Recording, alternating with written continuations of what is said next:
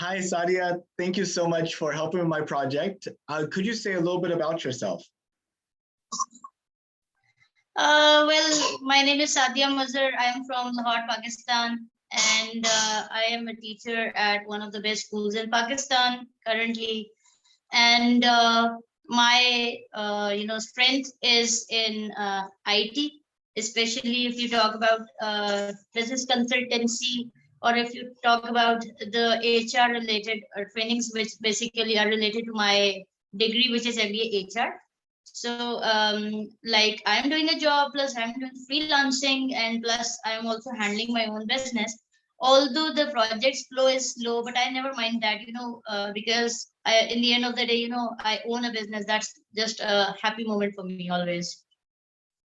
Can you tell me a little bit about the business? Yeah, sure. The business name is Talk 360 SMC Private Limited. It is registered from SECP, which stands for Security Exchange Commission of Pakistan. It is the most credible organization which is managed by the government actually, and it registers private, public level companies in Pakistan, and it also registers non-profit organizations. And you can see that when I say that I have an SCCP registered company, it means that I have a credibility record to show. Yes. And just before we start recording, you said you had some surprises. Did you want to talk about those? Yeah, I have. Yeah, I would like to share something about it. This is a James Webb Space Telescope model, as you can see it here, and it's a bit, tilted kind of, because it's been there since like a month now. So just because it was placed somewhere either between the shelves, between the food boxes, sometimes between cupboards, just to save it from getting harmed. But even then its condition is a bit like this, otherwise it's supposed to be like this, and like this. So it was firm before, but now I will just try to fix it up. Like if I just add some glue over here, then it will be kind of fixed properly. So I submitted it actually as a model. I submitted the picture of it in NASA's recent contest that happened in October. But unfortunate moment for me was, like, I was kind of confused that where am I supposed to submit my entry. So I submitted it in global site, and I was told that I was supposed to submit it in Pakistan side. So that's how, and due to the time lapse and time difference, I came to know, okay, I am literally half hour late for submission. And that's why maybe they just accepted it, but they did not give me a certificate for it. And then another thing is this drawing of it, because the contest name was to draw Space Webb Telescope, which is James Space Webb Telescope. And NASA is going to launch it, I think, by the end of December. That's what I guess. But maybe, I don't know the exact dates. They were saying maybe 23rd December. I don't know exact dates. What about you? Like, do you know the exact date? Well, last time I saw a date, it was the 18th. Okay. So maybe it is 18th, because I don't know much about it. Actually, I just looked it up, and apparently it's the 22nd. So. All right. I was kind of excited, because this is something very first time I am doing it. If you look at the close-up, and if I can just show you the close-up, I have used a foamic sheet, which is basically kind of glittery, and its color is golden. I just cut hexagons of it, and this is origami basically, because you can see here are around 6 layers of paper, if I can show it properly.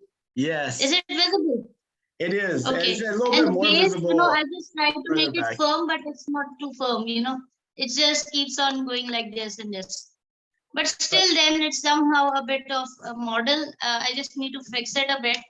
And if, it remains safe, I want to, preserve it in a glass, suitcase. Sorry, not a suitcase. I mean a cover case, whatever you call it. Slip of tongue sometimes, It is awesome. Yeah. How long did it take for you to make it? Yeah, it took me around 2 hours. This took me around 2 hours, and this drawing, if you can see it properly, it took me around 4 hours. Yes, this took me 4 hours, and this took me 2 hours. Yes. So total time was like 6 hours, but I also recorded videos of making all this, and I showed all the process, like how I made everything, and I just uploaded those videos on my YouTube channel. That's awesome. I'll have to check out your YouTube channel. And maybe you can Yeah, send sure, me the for link sure. of it. I will share the link with you. Definitely. And please help me increase my subscribers. I badly want subscribers. No one comes to my channel and helps me get views. Sure, I'll do what I can. Thank you so much. How did you find out about the James Webb Telescope? Actually, few months ago, I guess they had some initiative called Ticket to Mars kind of thing, if you remember. So I just, kind of just voluntarily applied for that. I knew that, okay, I'm not going to Mars anytime soon, even if it is my wish someday to go there and check how Mars looks like, how space looks like. I kind of fascinate everything. But the thing is, even then, I was so much curious about, this ticket to Mars, and I was like, okay, I'm going to get one. So I checked it out. It was absolutely free. I just wrote my name on it. So I just came to know, okay, the purpose of it is actually that maybe they are going to launch a rocket or something, and those who are applying, their names will be written on that rocket or something like that, which is actually supposed to go to Mars. So I was kind of excited, like, okay, maybe my name would be so tiny that it won't be so much visible. Everyone will not be able to see it properly. But even then, I was excited that, okay, it is supposed to be there. It would be there. Maybe it's not visible. That's fine. But it's there. So that was a kind of satisfaction for me. But then I said, okay, since I was an automatic subscriber afterwards, so NASA kept on sending me notifications of several occasions and events going on. And that's how I came to know about the Space Apps Challenge through email. So I would say lucky me. That is awesome. Yeah. Yeah. So talking about your name being on like the little silicon chip that got sent with the Mars Perseverance rover, do you think like one of your descendants might actually live on Mars and see that at some point? Oh, well, it's something so unpredictable, I would say. Like going to Mars, when I hear about the procedure to go to Mars, it is kind of so expensive, that so costly, that even if I think about having that, I would have to earn a lot of dollars, a lot of dollars. So I just have to assume, okay, how am I supposed to, earn that much dollars? Only if all of a sudden, I get so much viral on internet, and then as an influencer, people start giving me projects, and then so on, and I get a bulk of clients who just shower their dollars on me. So in that case, obviously, only then I can assume, okay, then I can just just sit in a SpaceX shuttle and just go to Mars. Otherwise, it's just difficult. I can just assume otherwise. Yeah, I mean, there's two parts of this, right? The part you're talking about is the money you have, but then the other part is the cost of it. If you can bring down Yes, the cost exactly. and increase the money, Exactly. then you're good. And if you think about airline travel, at one point only the super wealthy actually flew on airlines, but now you have like Yeah, carriers exactly. like Ryanair, where you can fly between like European cities for like 20 or 30 euros. Unbelievable prices. Exactly. The prices are so unbelievable. Uh, they should have a midway plan for those who can afford, for those who can, save some bucks for their such kind of adventures. Because, there are adventurous people like me who badly crave for such kind of things. But then there are so many limitations. Like when we start thinking about having these opportunities for us, these opportunities are very scarce actually. That's the problem for us. So there are so many limitations for people like me. Yeah, and I know majority of the population in the whole world, it is like me, isn't it so? Well, Like you it's are true. earning a habit income, a normal income.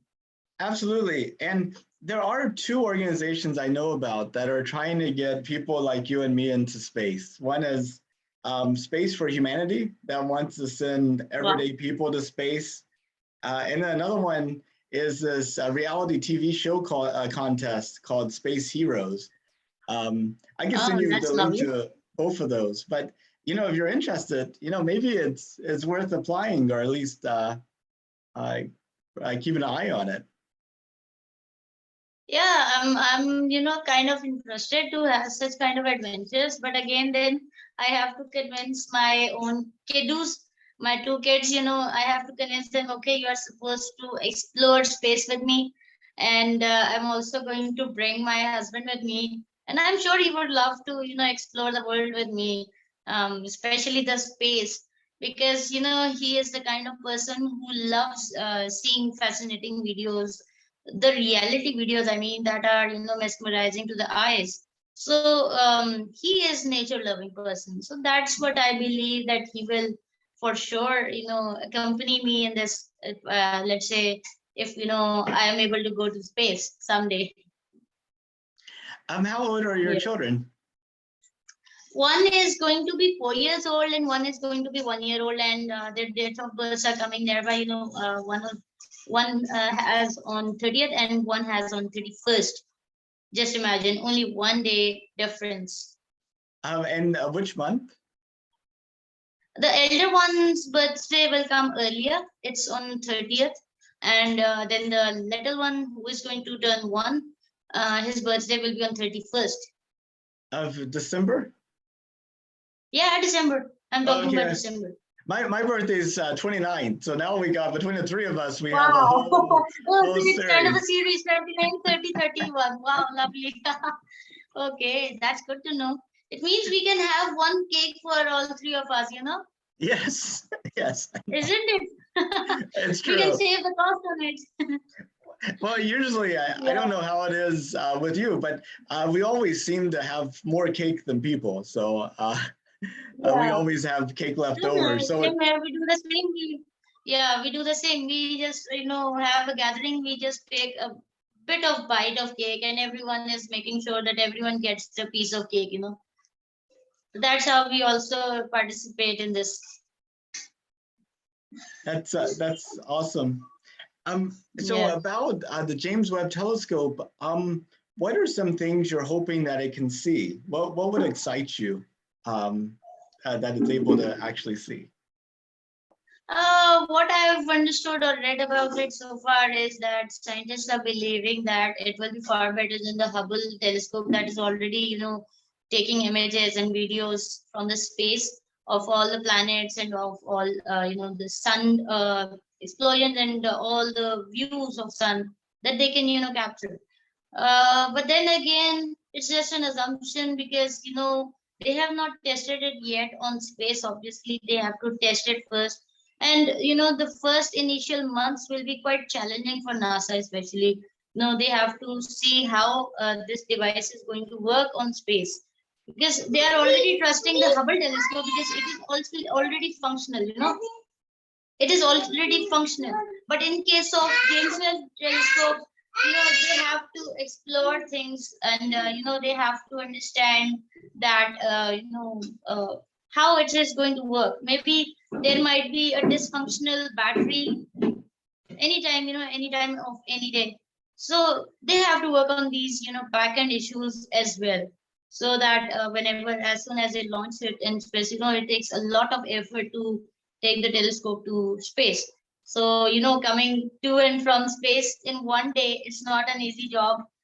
They take many months and years even to do that, given the space and the tolerance of every human who is on board.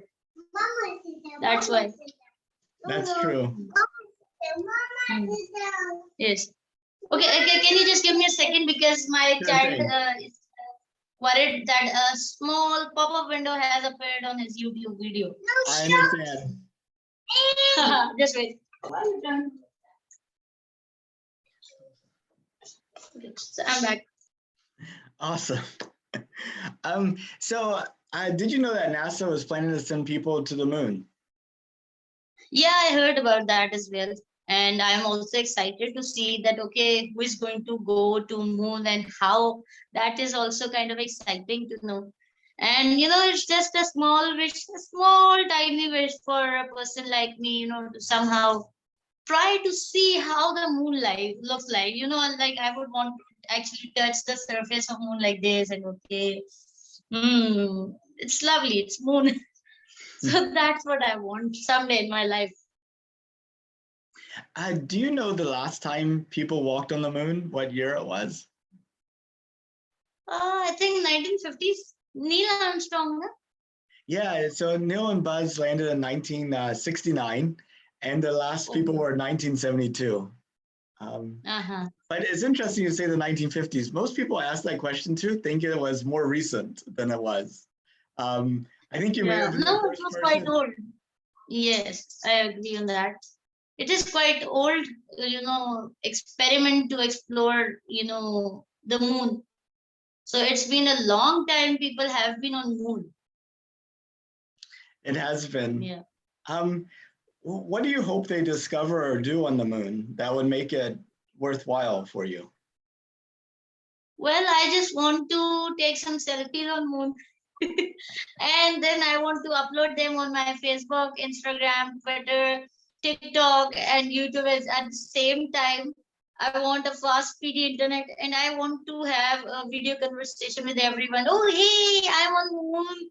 Hello, how are you? Do you want to see the moon in person? Okay, here it is. So I want to be like that. That's a small wish. That is awesome. Yeah. So I guess that means if you could, you would take a trip to space. Yeah, if I get a chance, if I get the right opportunity, and the right people are on board, and the supportive people obviously are on board, including family members, which I would love to see with me, then obviously yes, a big yes.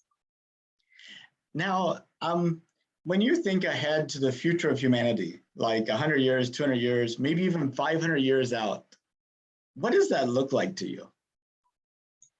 That looks like sci-fi to me, to be very honest. I wrote an essay back in 2000 2004 or maybe, or 2000, yes, 2003. So I wrote the essay on the future of tomorrow, and I said, okay, there will be a time when people will actually be on flying cars. Just imagine someone who was 13 years old back then was saying this back in 2003. This was my imagination that time. Like there was no news at all of the flying cars or nothing. But today you can hear about the drones. Today you can hear about the experiments of flying cars. Today you can hear about the flying taxis. So things are going in that dimension. So just see, a 13 years child was thinking like that time, back in 2003, when nothing like this was available or visible to see. And now today, if you talk about all the sci-fi things, what I assume that the all the cars that we see that are on road, using gravity, they will extend kind of. And maybe there will be a time that people will less rely on the gravity objects. So they will also be flying on space. Maybe they will have more Iron Man suits available. Whenever they want to go anywhere, they will just wear that suit and just go like bing.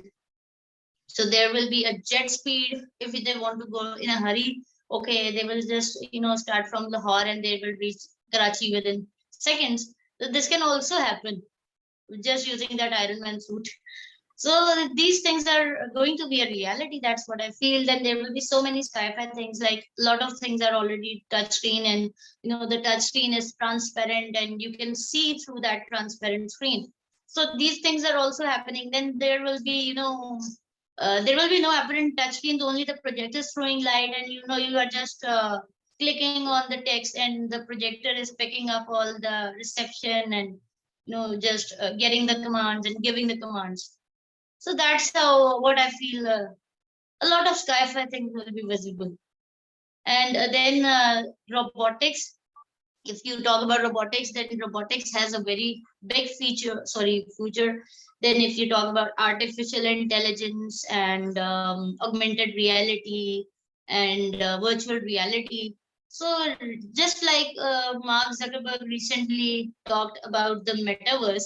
So what I believe, everything will be metaverse, everything around you, not only Facebook, not only Google or anything else, everything, every single business, even if it has its own platforms, just like Facebook has its own platforms, even then it will be a metaverse. So everyone will have that platform available.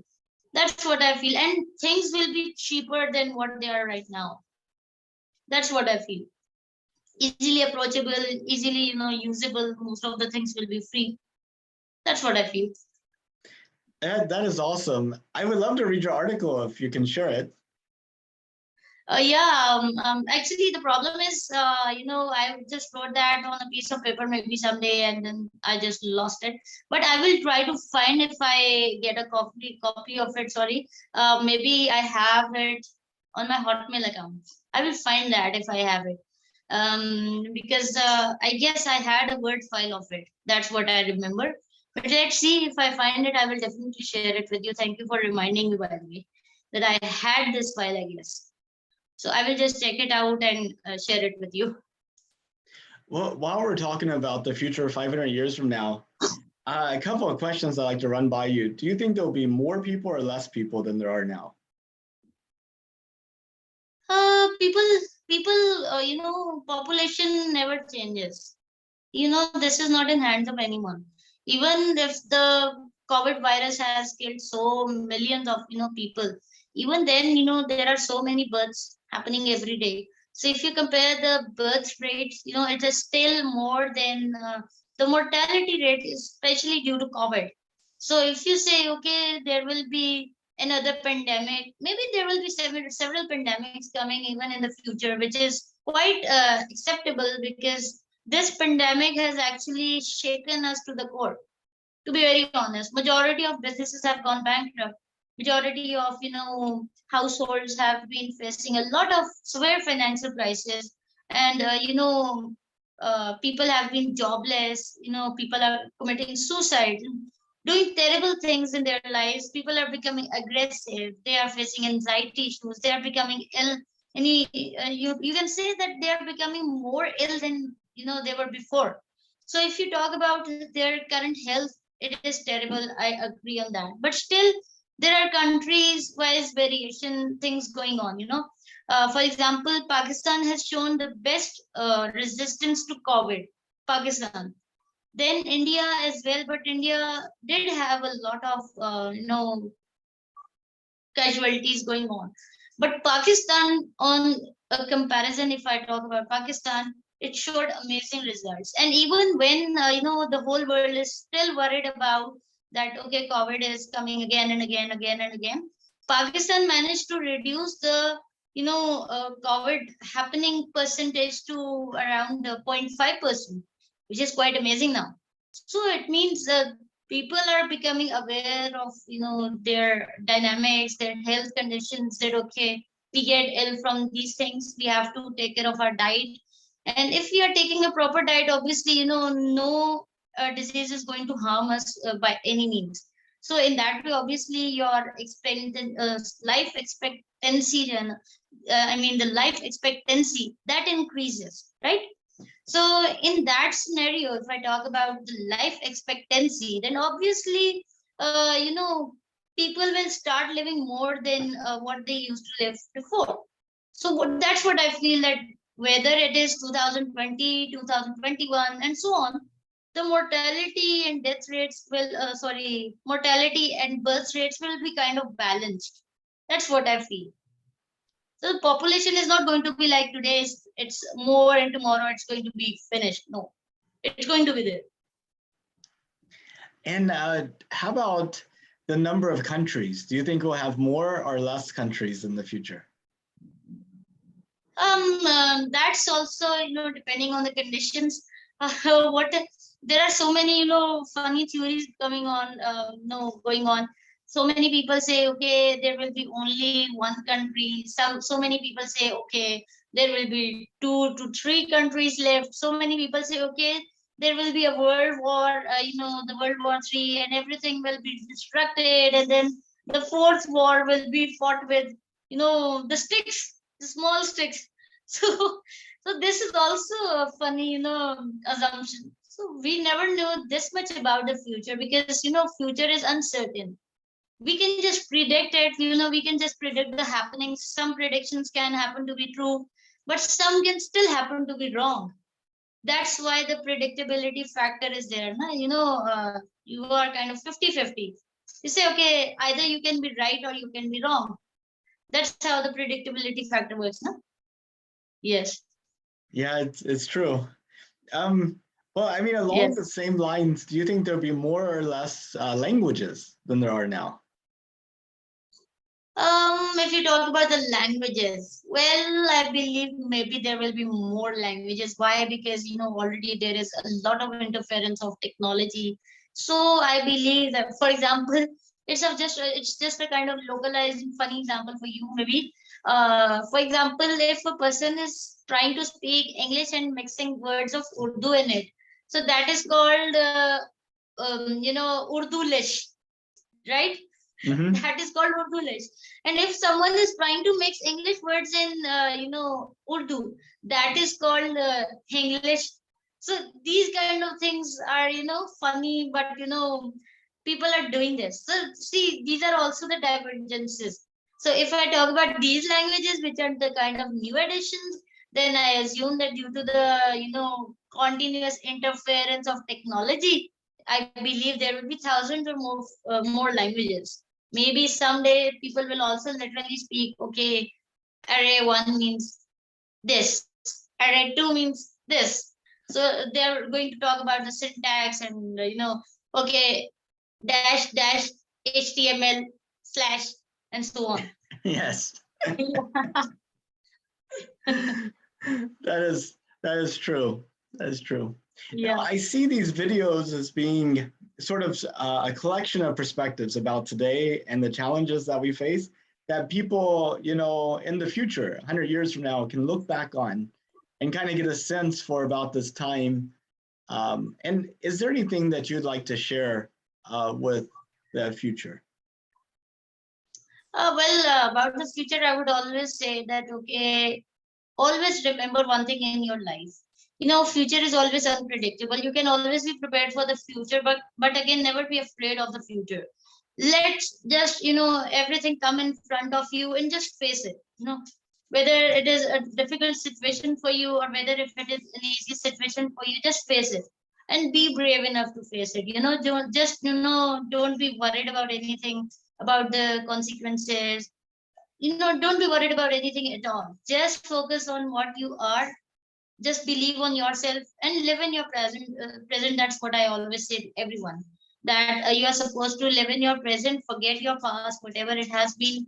Don't regret so much on your mistakes. Okay, it's fine. You are bound to do mistakes. You are a human. You're not a robot after all. So you can definitely do mistakes, and you can just correct them. That's the only thing you can do as a human. But you cannot say like, okay, oh no, I was not supposed to do this mistake. What should I do? And if I literally like spend a week and just keep on mourning on that, oh no, I was not supposed to do this. What have I done? What have I done? And just, I just keep on regretting it. No, it's not going to help me. But instead, I'm just wasting the present time I have got. Maybe I have a good scenery in front of me, but I'm thinking something of past, and I am not able to enjoy the scenery in front of me. So in the same way, if you are talking about your future, then obviously never be so worried about it. Just be optimistic. Just have some opportunities available. I mean, I would say rather just be opportunist, sorry, slip of tongue. Just be opportunist, which means that if you find a good opportunity for you, catch it out. Don't miss it at all. Don't assume that, okay, you have to skip this opportunity to get a bigger one. No, just find what you have got in your hand, and that is easier to approach. Just get it first. And when you are done with it, then you can go for other opportunities around you. That's also fine. And sometimes if I say, like, if you have to pause your goals for a while, don't be depressed. Don't be sad that, oh, I just paused my goal. I was supposed to complete this goal in 1 year, but I'm doing it in 3 years. So it's so sad. No, it's totally okay. Enjoy your life the way you are doing it. That's it. That's what I say. Now you can tell whether I said it correctly or not. It sounds wonderful. It's excellent Thank you. advice. Yeah. Well, I really appreciate your time. Thank you so much for everything. And yes, send me a link to your YouTube channel. And if you find the paper you wrote in 2003, send that to me too. Yeah, sure. I will find that definitely for you, especially. Okay, I'll talk to you later then. Thank you so much. It was really nice to talk to you. I was really excited to have a meeting with you, honestly speaking. And I'm honored, to be very honest, to have you, here in the meeting. Thank you so much. I really appreciate that. And if you know of anybody else that would be willing to have a conversation, I hope you'll send them my way. Yeah, for sure. I will recommend your name to Yumna Majid. She recently presented a space related paper in Dubai. So, I can definitely connect her with you. And she already remains connected with so many cosmonauts, and even has a close connection with some astronauts as well. And has been doing a lot in space in Pakistan. So I will just share her link, her page link, etc. And then, I will be able to explore things. And so will she. And you will be able to, enjoy more by discussing things with her. Yes, actually, I'm already connected with Yumna. I interviewed her, and also I had her present at our North Houston Space Society. So Yumna is a really nice person too. Thank you so much. That's an honor for me, obviously. Okay, well, take care. Bye-bye. Okay, thank you so much. Thank you so much. Okay. Bye-bye.